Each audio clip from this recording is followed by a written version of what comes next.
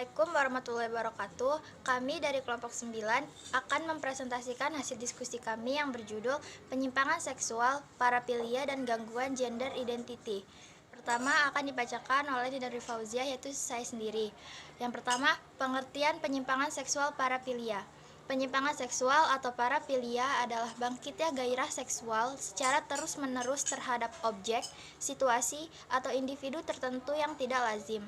Parafilia atau penyimpangan seksual secara medis diartikan sebagai ketertarikan atau fantasi seksual yang tidak wajar terhadap benda, situasi, atau kelompok individu tertentu. Mencegah seseorang dari penderita penyimpangan seksual. Yang pertama, kenakalan kepada setiap orang terhadap pendidikan seksual sejak dini. Ajarkan pula kepada mereka bagian tubuh tertentu yang tidak boleh dilihat atau disentuh sama sekali oleh orang lain. Kedua, selalu terbuka tentang rahasia yang kita miliki. Ciptakan hubungan erat antara keluarga yang bertujuan agar kita merasa nyaman dan percaya kepada keluarga kita untuk menceritakan masalah pribadinya. Ketiga, kita harus mulai mencurigai setiap orang yang suka memberi hadiah. Ini juga merupakan salah satu cara pelaku penyimpangan seksual untuk memikat korbannya. Keempat, kita disarankan untuk dapat mengenali lingkungan tempat tinggal kita dan dengan siapa pula kita berteman. Kelima, kita perlu mempelajari bahwa kekerasan seksual atau pelecehan seksual dapat datang dari orang-orang yang kita percayai. Gangguan gender identity. Gangguan identitas seksual adalah kondisi di mana pasien memiliki tingkat ketidakpuasan yang tinggi dengan jenis kelamin mereka. Kondisi ini juga dikenal sebagai gender dysphoria.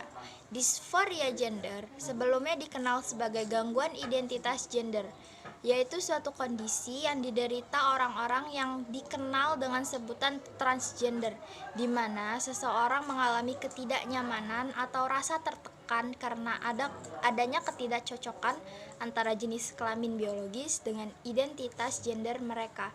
Selanjutnya akan dibacakan oleh rekan saya, yaitu Dede Yuni Septiani.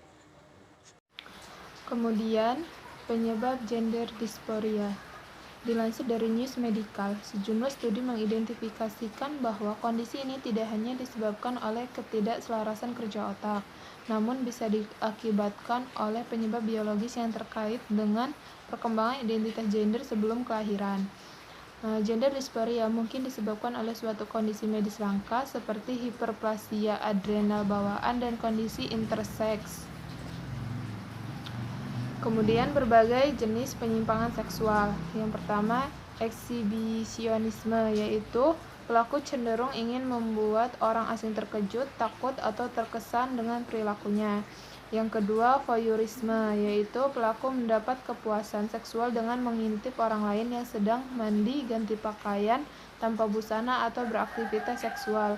Yang ketiga, frotteurisme, yaitu pelaku mendapat kepuasan seksual dengan menggesekkan kelamin pada tubuh orang yang tidak dikenal.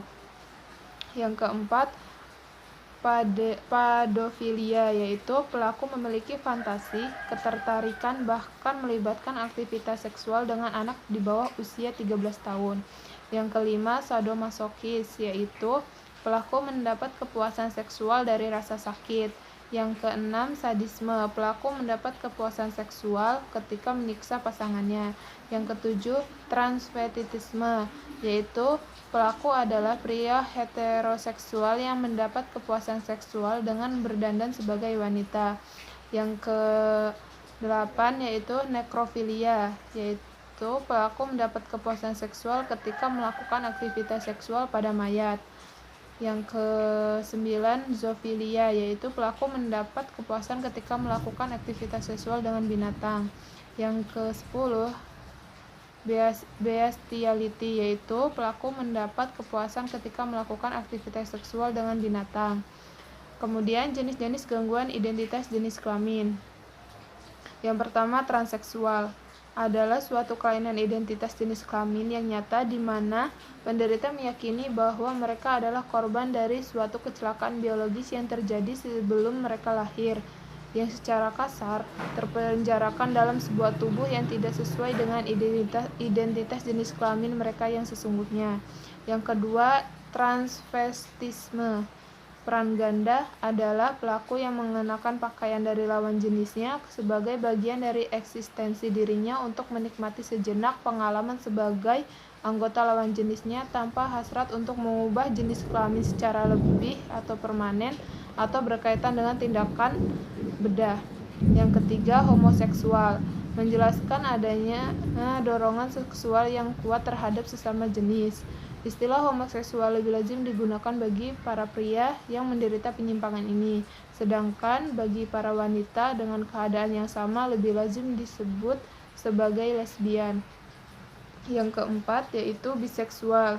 Biseksual adalah pelaku hanya dapat mencapai kepuasan erotis optimal baik dengan sesama jenis maupun dengan lawan jenis. Sekian presentasi dari kelompok kami. Terima kasih. Wassalamualaikum warahmatullahi wabarakatuh.